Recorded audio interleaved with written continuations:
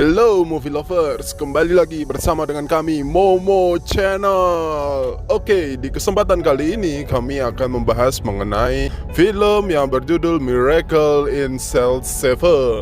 Oke, let's do this.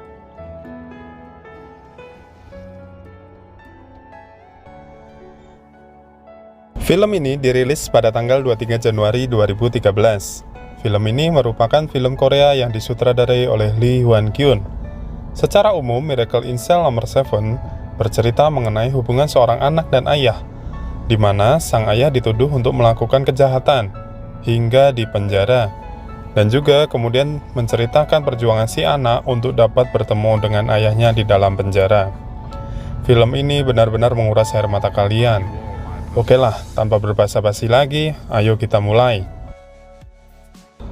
Film ini diawali dengan seorang perempuan yang menerima dokumen-dokumen tua dari seorang yang dipanggilnya ayah, di mana ia mendapatkan peringatan bahwa kasus yang diurus tidak akan berjalan dengan mudah. Perempuan tersebut bernama Yesung.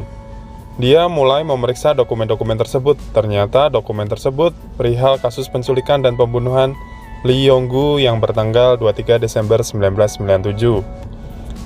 Dan ternyata laki-laki yang dipanggil ayah tadi adalah seorang kepala sipir bernama Jang Min-hwang. Kemudian Yesung keluar penjara. Saat berjalan di luar penjara, dia melihat balon kuning di pagar penjara.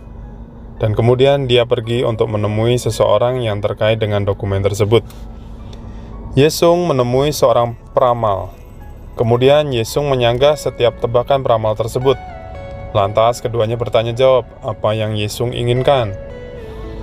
Kemudian scan berpindah di sebuah gereja, di mana seorang pendeta berkhotbah di depan jemaatnya. Saat berdoa dengan kusuk, peramal dan asistennya membawa Yesung menemui pendeta tersebut. Ternyata pendeta itu mengenalnya. Kemudian scan berpindah lagi di pengadilan. Ternyata Yesung membawa peramal dan asistennya serta pendeta untuk menjadi saksi di sebuah persidangan. Kemudian mereka bertemu dengan Jang Min-hwang, sang kepala sipir penjara tadi, yang menyambut mereka seolah-olah mereka adalah teman lama. Persidangan dimulai. Jaksa penuntut umum menjelaskan kasus Lee Yong-gu, yakni kasus penculikan terhadap Cho Jing-so dan melakukan kekerasan seksual terhadapnya pada tahun 1997. Menurutnya, kasus ini telah selesai sehingga tidak layak untuk dilakukan penyelidikan ulang. Yesung sebagai jaksa pembela dipersilahkan hakim untuk bicara. Menurutnya, tindakan jaksa penuntut umum untuk membeberkan bukti-bukti adalah sebuah kesalahan, sebab dia tidak ditunjuk untuk menangani kasus Lee Yong-gu. Kemudian, jaksa penuntut umum bertanya untuk menjatuhkan jaksa pembela Lee Yong-gu. Kenapa dia mau menjadi pembela untuk kasus yang sudah ditutup? Yesung mengungkapkan dia menjadi seorang jaksa pembela sebab dia berada di lokasi kejadian tersebut di masa lalu. Skin kemudian kembali pada tahun 1997. Memperlihatkan seorang anak perempuan bernyanyi dengan ayahnya di depan TV pajangan sebuah toko. Ternyata itu adalah Yesung dan Lee Yong-gu. Di dekat TV terdapat tas Sailor Moon yang Yesung inginkan selama ini. Namun, anak perempuan komisaris jenderal polisi bernama Cheo Jing-so membelinya. Lee Yong-gu berusaha membujuknya agar memberikan tas tersebut. Di sini terlihat bahwa Lee Yong-gu memiliki keterbelakangan mental.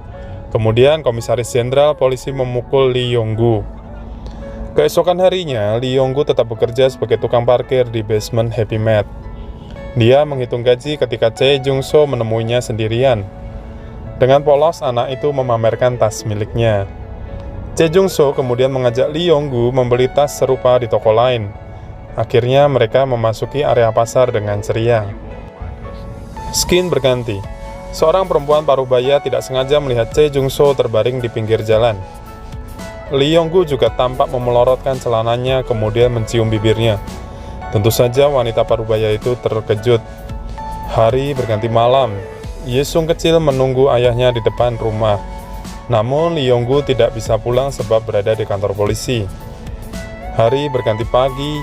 Yesung tetap menunggu ayahnya. Akhirnya dia bersiap-siap ke sekolah sendirian. Waktu terus berjalan. Hujan turun deras di lokasi kejadian, di mana Chae Jung-so ditemukan terbaring sebelumnya. Lokasi tersebut dipenuhi wartawan yang membawakan berita. Seorang wartawan berkata telah terjadi pembunuhan untuk balas dendam kepada Komisaris Jenderal Polisi. Wartawan lain berkata bahwa akan diadakan reka ulang kejadian. Lalu saat Lee Yong-gu dipaksa melakukan reka ulang, Ye Sung yang penasaran ada di sana. Namun pada awalnya Ye Sung tidak mengenali ayahnya yang menggunakan masker.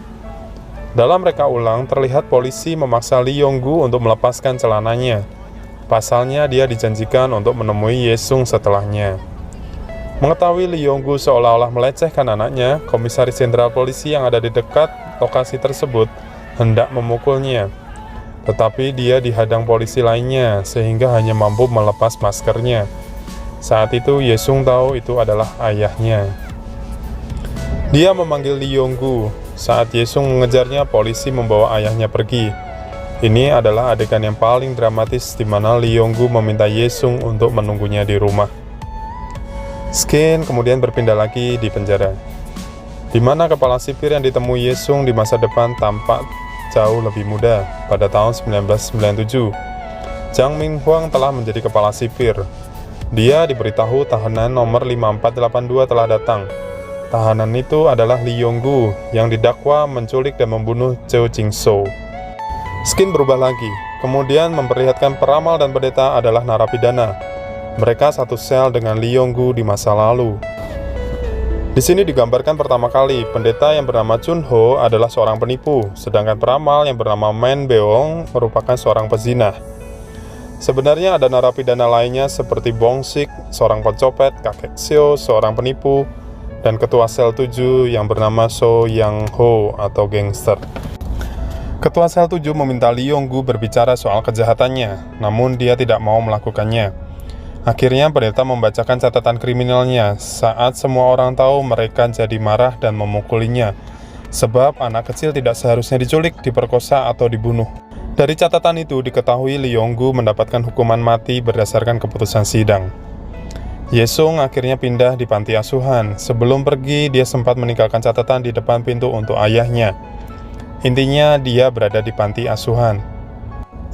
Lee Yong-gu yang tidak menjadi bagian dari kelompok manapun di penjara, menyadari ketua sel 7 dalam bahaya. Saat kelompok lain hendak menusuk ketua sel 7, Lee Yong-gu menyelamatkannya dari Sang Myun dan terluka.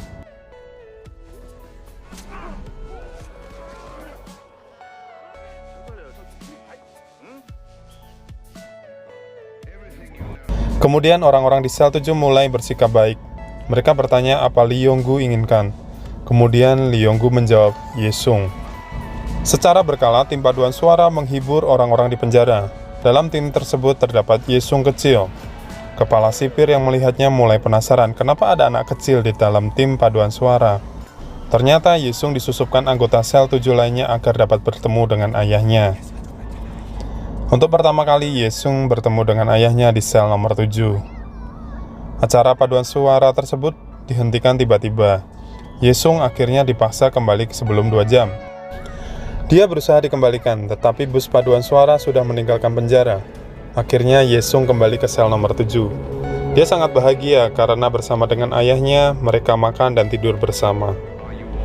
Setelah 2 hari, Ye Sung berusaha disusupkan keluar penjara dengan melalui paduan suara berikutnya. Tetapi tidak dapat dilakukan karena itu adalah acara para biksu. Pada akhirnya Ye Sung diketahui di sel 7 oleh Jang Min-hwang lalu dipulangkan ke panti asuhan. Karena tindakan ini, seluruh penjara dihukum, sedangkan Lee Yong-gu yang dihukum di sel pengasingan. Sang Myun marah besar, kemudian dia membakar penjara, sebab dia tidak berhak menerima hukuman, sebab dia tidak terlibat menyusupkan Ye Sung. Akibatnya, semua narapidana dibebaskan agar dapat menyelamatkan diri, termasuk Lee Yong-gu. Lee Yong-gu tidak langsung pergi, tetapi menyelamatkan Jang Min-hwang dari kobaran api. Keduanya terluka parah. Jang Min-hwang menjenguk Ye Sung yang dikabarkan terbaring di rumah sakit. Dia merasa iba, sebab Jang Min-hwang juga mempunyai seorang anak laki-laki meskipun telah meninggal. Di rumah sakit, Ye Sung meminta untuk ditangkap agar bisa bersama dengan ayahnya. Jang Min-hwang memutuskan bekerja bersama dengan beberapa sipir untuk membawa kotak bertulis kue ke sel nomor 7. Ternyata di dalamnya ada Ye Sung agar dapat menemui ayahnya. Lee Yong-gu diminta menemui Jang Min-hwang di kantornya. Jang Min-hwang berbohong bahwa dia tidak membawa Yesung untuknya. Di sana dia juga bertanya kenapa Lee Yong-gu membunuh seorang anak. Sebelum menjawab, Skin tiba-tiba berubah pada aktivitas Yesung di sel nomor 7. Di sisi lain, Jang Min-hwang berusaha menyelidiki kasus Lee Yong-gu diam-diam.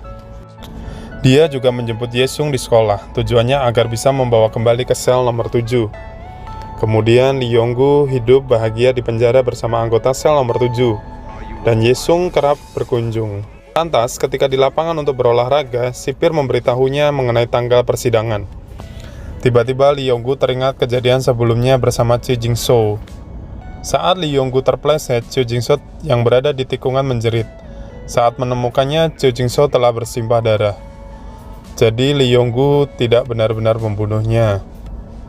Anggota sel nomor 7 menggali ingatan Lee Yong-gu tentang kejadian tersebut. Mereka melakukan reka ulang dengan peralatan seadanya. Pasalnya, mereka tahu Lee Yong-gu tidak akan melakukan kejahatan yang dituduhkan. Mereka menyadari saat itu suhu minus 18 derajat Celcius, sehingga membuat jalan menjadi licin. Kemudian di samping mayat Choi Jin-soo juga ditemukan batu bata.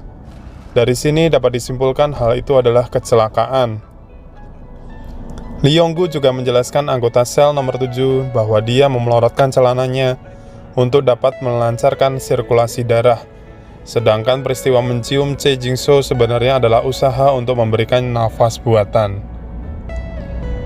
Skin kemudian kembali ke masa sekarang, namun jaksa penuntut umum menolak kesaksian yang diberikan anggota sel nomor 7, sebab dianggap tidak memiliki kekuatan bukti yang akurat.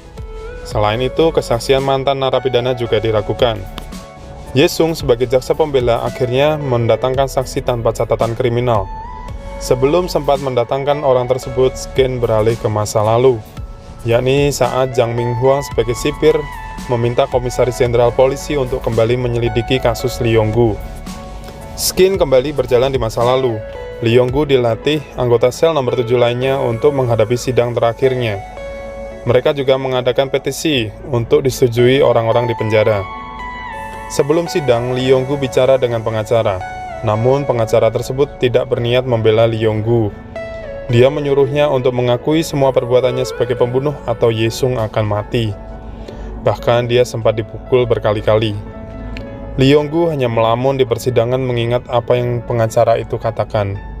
Dia pun ingat tentang ancaman Komisaris Jenderal Polisi. Intinya, jika Lee Yong-gu tidak dihukum, dia akan melakukan hal yang sama kepada Yesung. Pada akhirnya, di persidangan terakhirnya, Lee Yong-gu membuat semua orang kecewa karena berbohong telah melakukan semua yang dituduhkan. Jang Min-hwang sempat menyanggahnya, tetapi dia tidak dapat melakukan apa-apa. Intinya, Komisaris Jenderal Polisi memenangkan persidangan. Skin kembali ke masa sekarang. Ternyata saksi yang dihadirkan adalah Komisaris Jenderal Polisi. Yesung menjelaskan ancaman yang dilakukan Komisaris Jenderal Polisi tersebut di masa lalu. Akan tetapi persidangan menjadi sukar karena pernyataan Lee Yong-gu sebagai pelaku. Hakim memberikan keputusan untuk menunda sidang beberapa saat. Permohonan banding Lee Yong-gu juga ditolak. Hukuman persidangan tingkat 1 juga diberlakukan. Akhirnya Lee Yong-gu tetap diputuskan untuk menerima hukuman mati. Yesung yang hanya menangis memeluk ayahnya di persidangan sebab tidak bisa membebaskan ayahnya sendiri dari tuntutan palsu. Skin kemudian kembali ke masa lalu tentang Yesung yang diadopsi keluarga Jang Min-hwang. Namun dia tetap tumbuh dengan tekad untuk mengungkapkan kebenaran. Mendengar tanggal eksekusi Lee Yong-gu pada tanggal 23 Desember, Jang Min-hwang meminta kelonggaran sekolah untuk melakukan acara paduan sekolah di penjara. Tujuannya agar Yesung dapat melihat ayahnya. Sementara di sisi lain, anggota sel nomor 7 bekerja keras tanpa sepengetahuan Lee Yong-gu untuk membebaskannya melalui balon udara berwarna kuning. Dalam acara, murid-murid paduan suara memegang tangan narapidana, termasuk Yesung yang memegang tangan ayahnya. Kemudian, dalam sorak-sorai, mereka naik balon udara yang dibuat. Akan tetapi, keduanya tidak sadar bahwa mereka akan dibebaskan. Ternyata Jang Min-hwang juga mendukung hal ini. Sayangnya, balon tersebut tersangkut di pagar penjara. Akan tetapi, Yesung dan Lee Yong-gu tetap gembira, sebab dapat menikmati matahari tenggelam bersama-sama. Anggota sel nomor 7 berupaya menutupin kesedihannya. Mereka merayakan ulang tahun Yesung di sel nomor 7 untuk terakhir kali. Mereka kemudian memberikan kado, sedangkan Lee Yong-gu memberikan hadiah tas Sailor Moon berwarna kuning. Setelah pesta, Lee Yong-gu mengucapkan perpisahan pada anggota sel nomor 7 bersama Ye-sung dengan gembira. Lee Yong-gu yang akan dieksekusi juga melepaskan kepergian Ye-sung dengan ceria. Sementara Ye-sung tidak tahu perihal eksekusi tersebut. Sebelum dieksekusi, Lee Yong-gu kembali untuk menemui putrinya di balik jeruji. Mereka saling menangis bersama-sama. Lee Yong-gu tidak ingin dieksekusi dan meninggalkan putrinya. Skin kembali ke masa sekarang. Sidang yang ditunda kembali dimulai. Ye-sung dewasa hanya menangis di pengadilan. Dalam keadaan putus asa, Ye-sung mengatakan, atas nama keadilan dia ingin ayahnya dimaafkan. Semua orang tampak terharu mendengarnya. Setelah hening, akhirnya hakim menerima kecacatan pengakuan Lee Yong-gu di masa lalu, sebab adanya paksaan dari anggota polisi. Kemudian dia menjelaskan bahwa tuduhan mengenai kejahatan Lee Yong-gu tidak memiliki bukti yang kuat. Hakim akhirnya membatalkan hukuman mati dan menyatakan Lee Yong-gu tidak bersalah. Skin kemudian kembali ke awal cerita, ketika Ye-sung dewasa menerima dokumen-dokumen dari ayah angkatnya. Dia melihat balon berwarna kuning di pagar penjara sambil mengatakan, "Selamat tinggal, ayah." Intinya, balon tersebut mengingatkan ketika melihat matahari terbenam dengan Lee Yong-gu, sedangkan Lee Yong-gu sendiri telah dieksekusi pada hari ulang tahunnya. Demikianlah film Miracle in Cell nomor 7. Semoga kalian semua terhibur dan jangan lupa klik tombol subscribe-nya. Oke, sampai ketemu di video selanjutnya. Bye-bye.